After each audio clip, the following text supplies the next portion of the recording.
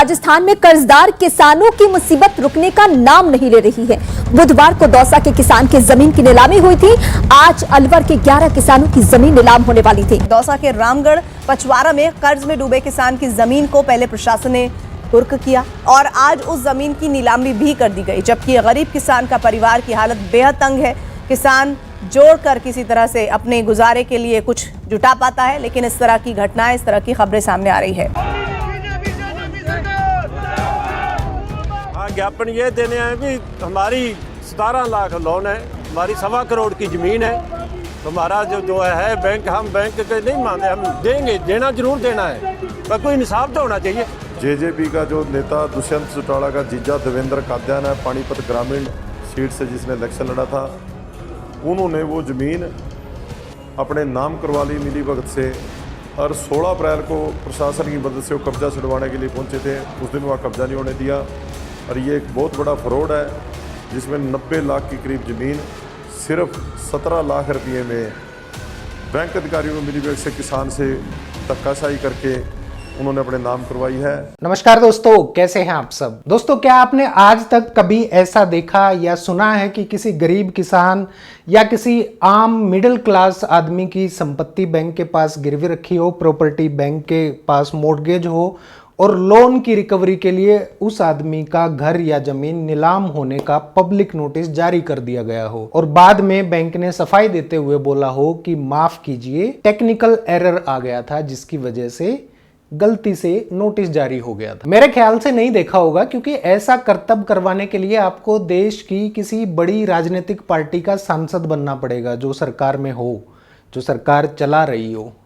एक सवाल है कि अब तक टेक्निकल एरर या तकनीकी त्रुटि की वजह से कितने बैंकों ने संपत्ति की नीलामी रोकी है। जब इस सवाल को लेकर मैंने खोजबीन की, गूगल पर सर्च किया, तो चारों तरफ सिर्फ एक ही ऐसा केस मिला और वो केस था पंजाब के गुरदासपुर से सांसद और अभिनेता सन्नी देओल का, जिन्होंने दिसंबर 2022 से बैंक ऑफ बड़ौदा से लिए गए करीब 56 करोड़ रुपए के लोन का भुगतान नहीं किया था और उसी संदर्भ में बैंक ने सांसद को अपनी लाल आंख दिखा दी और जारी कर दिया बंगले की नीलामी का आदेश। लेकिन जब पलटकर सुप्रीम साहब ने लाल आंख दिखाई तो बैंक ने तकनीकी त्रुटि का हवाला देते हुए पश्चाताप से भरी आंखों से लेकर पब्लिकली उस नोटिस को वापस ले लिया। लेकिन यह तकनीकी त्रुटि कुछ हजम नहीं हो रही, क्योंकि किसी भी प्रॉपर्टी को नीलाम करने की एक लंबी प्रक्रिया होती है, एक लंबा प्रोसेस होता है, तब जाकर नीलामी का फाइनल नोटिस निकलता है। लेकिन हो सकता है कोई इतनी बड़ी शख्सियत के बारे में ना जानता हो और जाने अनजाने में साहब की शान में गुस्ताखी कर दी, क्योंकि इन्हें तो आदत है आम आदमी पर चाबुक चलाने की। खैर, आइए जानते हैं कि पूरा मामला क्या था। दोस्तों, अभिनेता और बीजेपी सांसद सन्नी देओल इन दिनों चर्चा में बने हुए हैं, जिसकी वजह उनकी फिल्म गदर 2 की सफलता नहीं है, बल्कि बैंक ऑफ बड़ौदा का वो नोटिस है जिसमें सन्नी देओल के मुंबई वाले बंगले को नीलाम करने की बात कही गई है। बैंक ने कहा था कि पंजाब के गुरदासपुर से सांसद सन्नी देओल दिसंबर 2022 से बैंक ऑफ बड़ौदा के लगभग 56 करोड़ रुपए के कर्ज का भुगतान नहीं कर रहे हैं, इसलिए उनके गिरवी रखे बंगले की ई नीलामी की जाएगी। 19 अगस्त को जब ये नोटिस अखबारों में छपा तो सन्नी देओल से कर्ज न चुकाने को लेकर लोग सवाल करने लगे, जिस पर उन्होंने इसे व्यक्तिगत मामला बताते हुए किसी भी प्रकार की टिक्का टिप्पणी करने से मना कर दिया। इसके ठीक 2 दिन बाद बैंक ऑफ बड़ौदा ने तकनीकी कारणों का हवाला देते हुए ये नोटिस वापस ले लिया। अब सवाल यह है कि आखिर बैंक ने ऐसा क्यों किया? क्या सन्नी देओल अपना कर्ज चुकाने के लिए तैयार हैं? क्या बैंक पर कोई दबाव डाला गया है उस नोटिस को वापस लेने के लिए? बैंक ने उस नोटिस को वापस लेने के जो कारण बताए हैं, आखिर उनमें कितना दम है? आइए जानते हैं और थोड़ा और गहराई में जाकर समझने की कोशिश करते हैं। अभिनेता सन्नी देओल ने बैंक ऑफ बड़ौदा से मुंबई के जूहू वाले सन्नी विला नाम के एक बंगले पर लोन लिया था।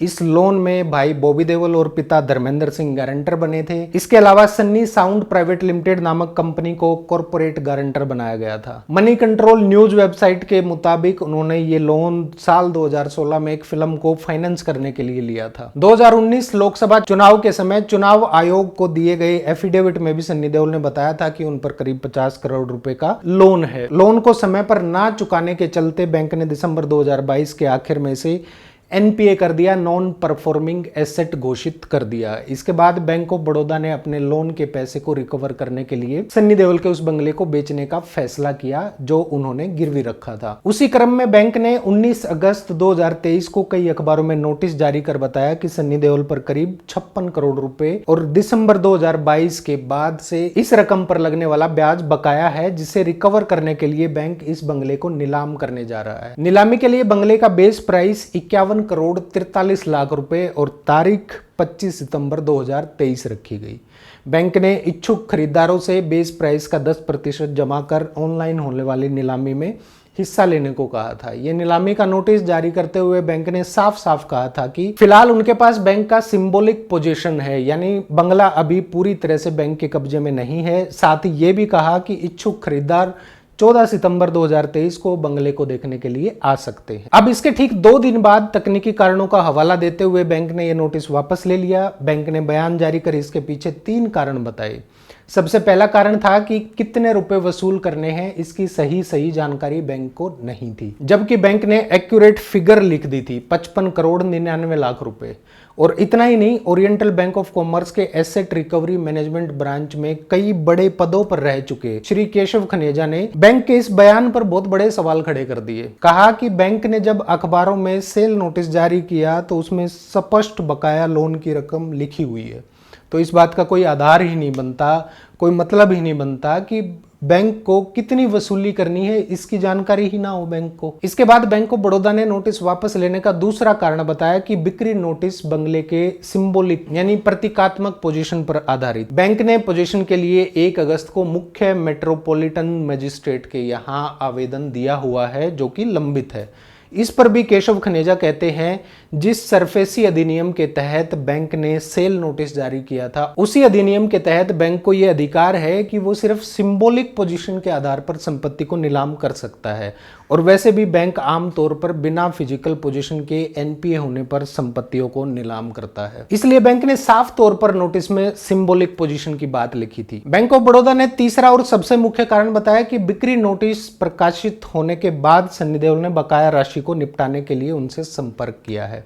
अब अगर बैंकिंग एक्सपर्ट और वॉइस ऑफ बैंकिंग के फाउंडर अश्विनी राणा की माने तो बिक्री नोटिस जारी होने के 30 दिनों के अंदर अगर कोई व्यक्ति लोन चुका देता है तो बैंक नोटिस वापस ले लेता है, लेकिन लोन चुकाने के बाद नोटिस वापस लेता है, यहाँ तो पहले ही ले लिया गया। अब गौर करने वाली बात यह है कि बिक्री नोटिस जारी होने के बाद व्यक्ति को पूरा लोन चुकाना होता है, जितने का नोटिस जारी हुआ हो वो पूरे का पूरा। बैंकिंग एक्सपर्ट का कहना है कि बिक्री नोटिस एक बार आया तो व्यक्ति को नोटिस के हिसाब से ही पूरी राशि का भुगतान करना होता है। अगर नोटिस में 56 करोड़ रुपए बकाया है तो उसे उतना ही पैसा बैंक को चुकाने होंगे, तभी संपत्ति की नीलामी रुकती है, अन्यथा नहीं रुकती। बैंक नीलामी को बिक्री नोटिस के 1 महीने बाद रखता है और इस बीच में व्यक्ति अपना कर्ज चुका सकता है। अब सवाल है कि क्या सन्नी देओल ने करीब 56 करोड़ रुपए का कर्ज बैंक को चुका दिया है? इस सवाल पर बैंक ने फिर से चुप्पी साध ली और मीडिया से मुद्दा बिल्कुल गायब हो चुका है, यानी लाल आंखों का असर बड़ी तेजी से हुआ है। अब आप लोग सोचिए कि पावर और पोजीशन का कितना फर्क पड़ता है सरकारी मशीनरी पर। अब एक बार नीलामी की पूरी प्रक्रिया के बारे में भी जान लेते हैं कि आखिर ये पूरा प्रोसेस कितने टाइम का होता है और कैसे होता है। अखबारों में बंगले की नीलामी करने का विज्ञापन 19 अगस्त को छपा, लेकिन ये सब एक दिन में नहीं हुआ होगा। किसी भी संपत्ति को नीलाम करने की एक लंबी प्रक्रिया होती है। अगर कोई व्यक्ति 90 दिनों तक लोन की किश्त ना चुकाए तो 91वें दिन बैंक का ऑटोमेटेड सिस्टम उस खाते को एनपीए घोषित कर देता है। एनपीए घोषित होने के बाद व्यक्ति को सरफेसी एक्ट के सेक्शन 13/2 के तहत डिमांड नोटिस दिया जाता है और 60 दिनों के अंदर बकाया पैसा जमा करने का समय दिया जाता है। अब अगर तब भी व्यक्ति पैसा ना दे तो अगले 10 दिनों के अंदर बैंक सरफेसी एक्ट के सेक्शन 13/4 के तहत पोजीशन नोटिस देता है, जिसे बैंक उस संपत्ति पर चिपकाता है जो गिरवी रखी गई हो। पोजीशन नोटिस एक तरह से प्रतीकात्मक नोटिस होता है, जिसका मतलब है कि अब इस संपत्ति पर बैंक का अधिकार है। बैंक बहुत बार डिस्ट्रिक्ट मजिस्ट्रेट या चीफ मेट्रोपॉलिटन मजिस्ट्रेट के यहाँ आवेदन देकर फिजिकल पोजीशन भी संबंधित प्रॉपर्टी की ले लेता है। जो प्रॉपर्टी अब नीलाम होनी हो उसकी फिजिकल पोजीशन भी ले लेता है।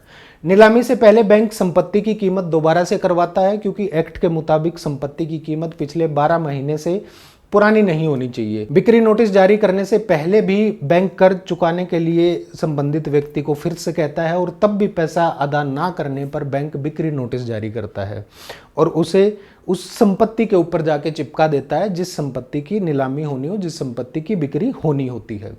आखिर में फिर से बिक्री नोटिस को अखबारों में प्रकाशित किया जाता है, तब जाकर वो जो बिक्री की प्रोसेस है, नीलामी की जो प्रक्रिया है वो पूरी होती है। इसका मतलब साफ है कि सन्नी देओल के जिस बंगले को बेचने का नोटिस बैंक ने 19 अगस्त को जारी किया था, उससे पहले बैंक की तरफ से कई बार चेतावनी दी जा चुकी होगी।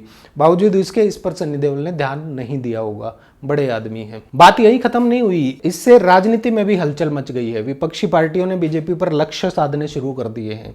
कांग्रेस नेता जयराम रमेश ने कहा है कि लोगों के गुस्से और मीडिया कवरेज की वजह से बैंक ऑफ बड़ौदा को सन्नी देओल से जुड़ी संपत्ति के बिक्री नोटिस को वापस लेना पड़ा। बैंक ने नोटिस जारी करते हुए तथाकथित तकनीकी कारणों का हवाला दिया। अब कोई नीलामी नहीं होगी। उम्मीद है बीजेपी सांसद से 56 करोड़ रुपए वसूलने के मामले में कार्रवाई होगी।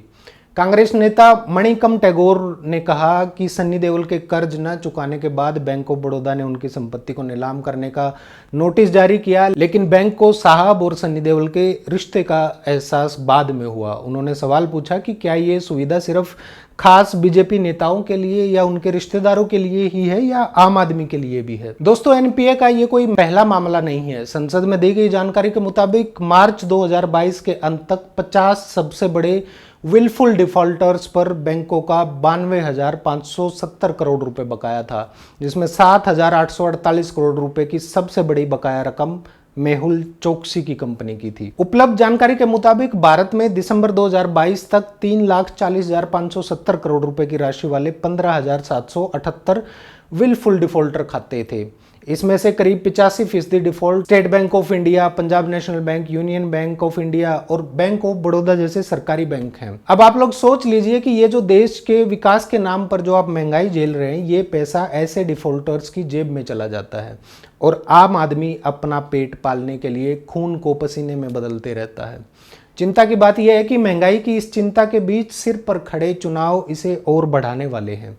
चुनाव के दौरान जब बेहिसाब करोड़ों रुपए पानी की तरह बहाया जाएगा तो आम आदमी की पहुंच की चीजें और महंगी हो जाएंगी। मजदूरी बढ़ जाएगी। मजदूरी बढ़ी तो फसल काटने से लेकर मकान बनाने तक की हर चीज महंगी हो जाएगी।